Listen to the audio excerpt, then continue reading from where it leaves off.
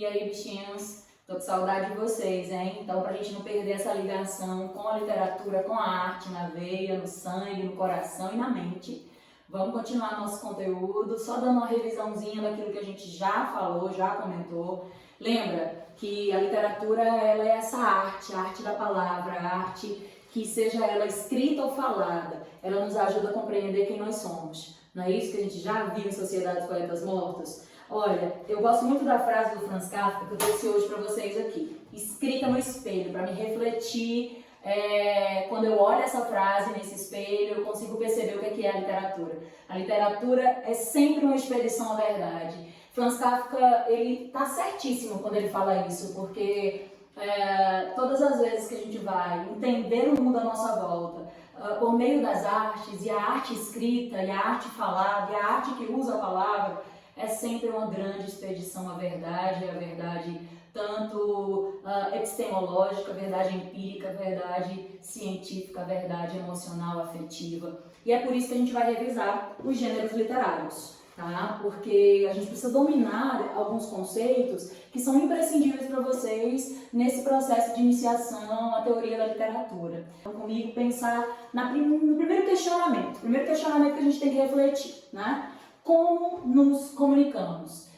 A gente pode se comunicar de várias formas, né? Se eu fizer uma cara, que cara é essa? Que expressão é essa? Tá? Se eu tenho lá aquele quadro do Edvard Munch, que expressão aquilo ali está comunicando? Então, eu posso me comunicar por meio de uma expressão, eu posso me comunicar por meio de um som, ok? Tá gravando? Ok? Som, né? Eu posso me comunicar por meio, obviamente, de um gesto, e eu posso me comunicar de várias formas. Mas o que é mais importante a gente perceber? A literatura é uma comunicação, é a arte que comunica, é a arte que interage. E é devido a isso que eu quero que a gente reflita se esse texto aqui é uma forma de comunicação e que forma de comunicação é essa.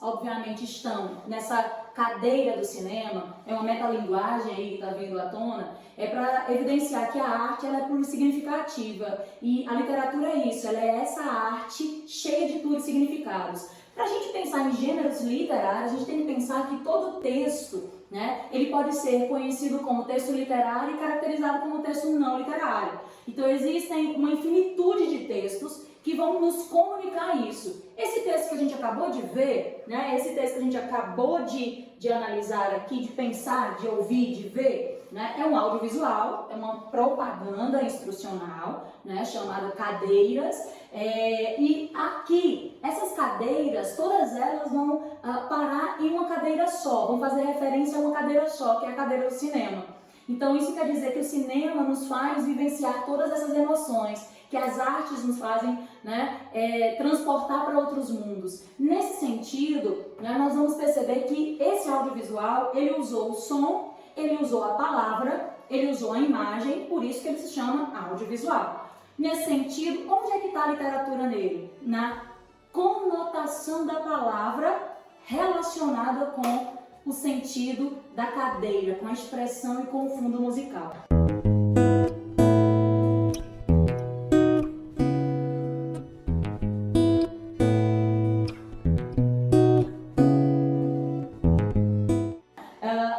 Sem dúvida, essa revista ela é de uma categoria de gêneros textuais jornalísticos, não é isso? E a capa dela já vem com o slogan de uma manchete. A manchete é: aí ainda estamos evoluindo.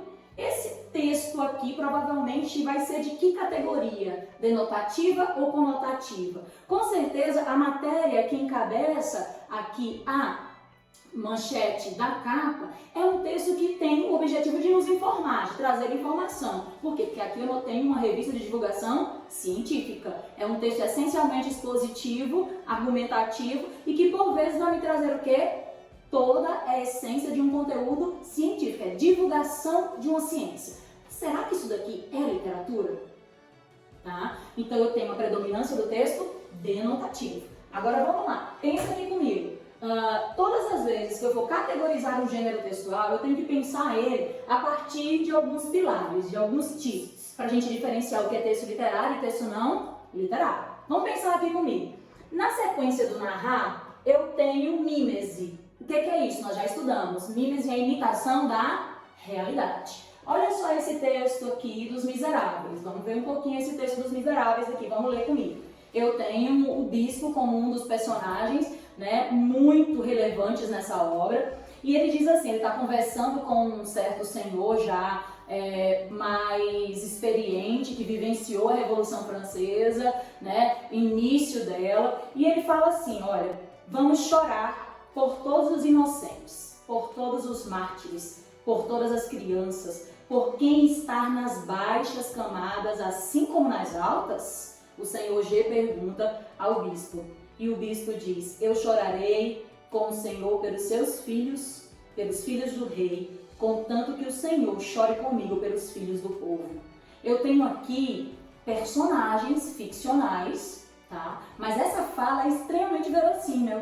Então a conotação ela está exatamente na criação dessa história, que é mimética, ou seja, que é mímese da realidade, é uma grande versão da realidade. E o que fala nesse livro? Ele fala sobre a realidade de franceses, né, que estavam vivenciando misérias extremas, e a maior delas não era nem miséria só de comida, nem de objetos, nem de saúde, nem de direitos. Era, na verdade, a maior das misérias era a miséria de não ser humano, não ser tratado como ser humano. E aí, nessa perspectiva em que todos nós somos miseráveis e a gente precisa mudar essa concepção, esse texto ele se categoriza numa contação de história. É uma contação de história. Então faz parte do tipo narrativo, né? É um romance, tá? E esse romance aqui, ele obviamente ele vai contar essa história que nos vai refletir na realidade.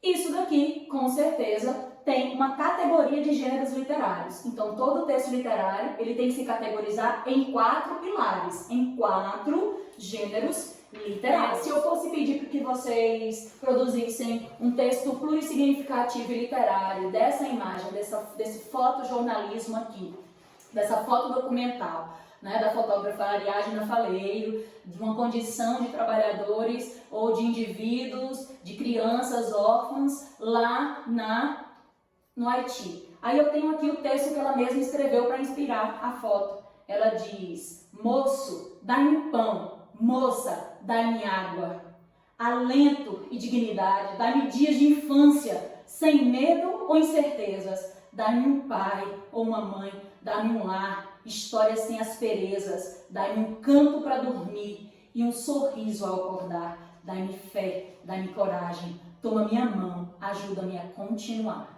Esse texto poético, esse texto aqui, ele não é um texto que quer te informar apenas, ele quer te levar a refletir, ele quer provocar suas emoções, ele quer passar uma visão de mundo de uma fotógrafa, que ela está fotografando e ao mesmo tempo está usando a palavra para caracterizar isso. É essa orfandade, é essa falta de pão, é essa falta de amor. Então eu tenho relação entre linguagens. E o que é literatura? A foto é literatura? Não. A foto inspira a fotógrafa a escrever um texto literário. Para ser literatura tem que ter palavra, seja ela falada ou escrita, galerinha. Então vamos continuar. Nessa perspectiva, todo texto literário vai ter uma linguagem desautomatizada. O que é isso? Tá? Ela tem que provocar cartaz, surpresa, impacto, tá? E esse impacto não necessariamente tem que ser só positivo. Ele pode ser um impacto que seja um murro no teu estômago. Essa é a sensação, né? É igual a fala de muitos, né? Que a literatura por vezes ela incomoda.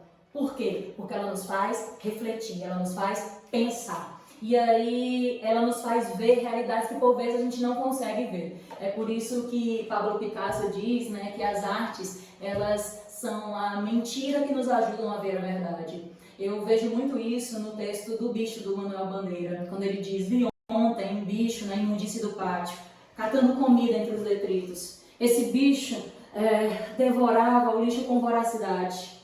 Esse bicho não era um cão, não era um rato, não era um gato. Esse bicho, meu Deus, era um homem.